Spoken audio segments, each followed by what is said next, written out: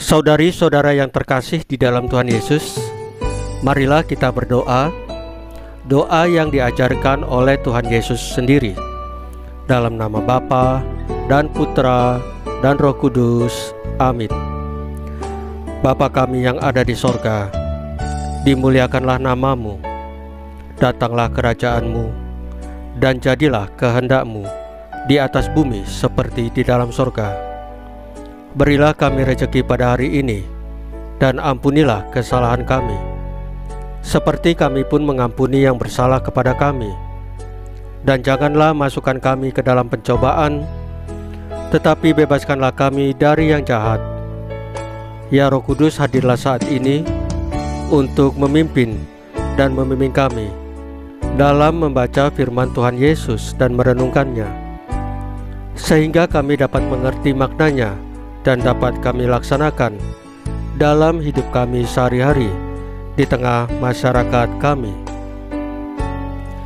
Pembacaan Injil Matius bab 3 ayat 13 sampai dengan ayat 17. Arti sebagai dikasihi.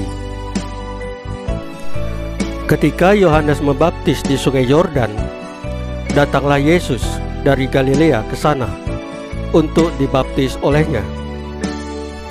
Tetapi Yohanes mencegah dia, katanya, "Akulah yang perlu dibaptis olehmu, dan engkau yang datang kepadaku." Lalu Yesus menjawab, katanya kepadanya, "Biarlah hal itu terjadi, karena demikianlah sepatutnya kita menggenapkan seluruh kehendak Allah." Dan Yohanes pun menurutinya. Sesudah dibaptis, Yesus segera keluar dari air, dan pada waktu itu juga langit terbuka, dan ia melihat Roh Allah seperti burung merpati turun ke atasnya. Lalu terdengarlah suara dari surga yang mengatakan,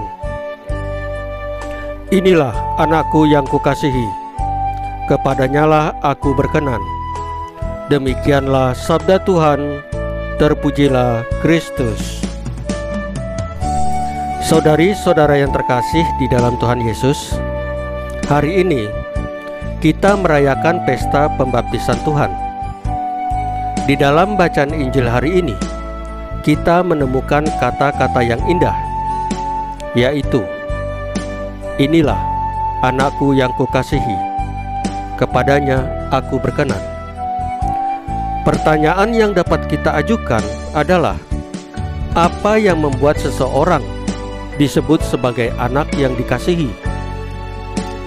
Setidaknya ada beberapa hal yang dapat kita sebut sebagai alasan seseorang disebut sebagai yang dikasihi. Alasan yang pertama, dia adalah anak kandung. Meskipun tidak berarti bahwa kalau bukan anak kandung, lalu kurang dikasihi. Alasan yang kedua seorang disebut sebagai yang dikasihi adalah ia tidak nakal atau bandel, dalam arti senang mendengarkan nasihat orang tua dan setia melaksanakannya. Alasan yang ketiga seseorang disebut sebagai yang dikasihi, yaitu berbakat dan berprestasi. Biasanya ibu-ibu atau bapak-bapak sangat senang menceritakan anaknya yang berprestasi di kelas, yang sering menjadi utusan sekolah dalam suatu ajang kompetisi dan seringkali mendapatkan penghargaan atau piala. Alasan yang keempat seseorang disebut sebagai yang dikasihi adalah santun, ramah, mudah akrab dengan siapa saja, sehingga disenangi oleh siapapun.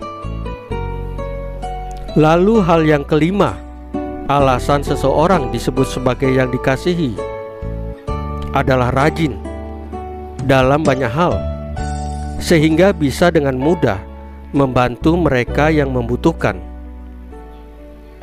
Alasan yang keenam, seseorang disebut sebagai yang dikasihi adalah ia seorang yang saleh, yang rajin berdoa, yang dekat dengan Tuhan. Barangkali masih banyak hal yang dapat diurutkan sebagai alasan seseorang yang pantas disebut sebagai yang terkasihi atau dikasihi. Yesus, Sang Putra Tunggal Bapa, memiliki semua kualitas positif itu, bahkan melebihi semua itu.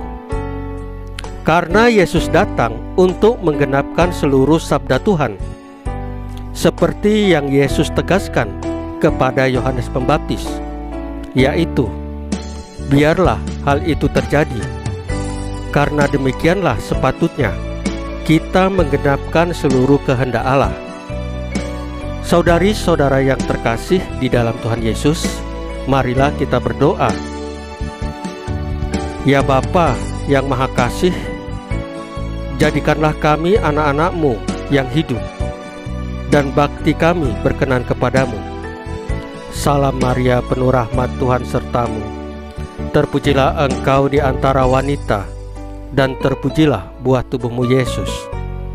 Santa Maria Bunda Allah, doakanlah kami yang berdosa ini, sekarang dan waktu kami mati. Ya Tuhan Yesus, tabahkanlah iman kami hanya kepadamu saja, karena Engkau adalah Tuhan dan Juru Selamat kami satu-satunya, tidak ada yang lain. Dalam nama Bapa dan Putra dan Roh Kudus. Amin. Saudari-saudara yang terkasih di dalam Tuhan Yesus, bacaan firman dan renungan hari ini sudah selesai. Tuhan Yesus memberkati kita semua.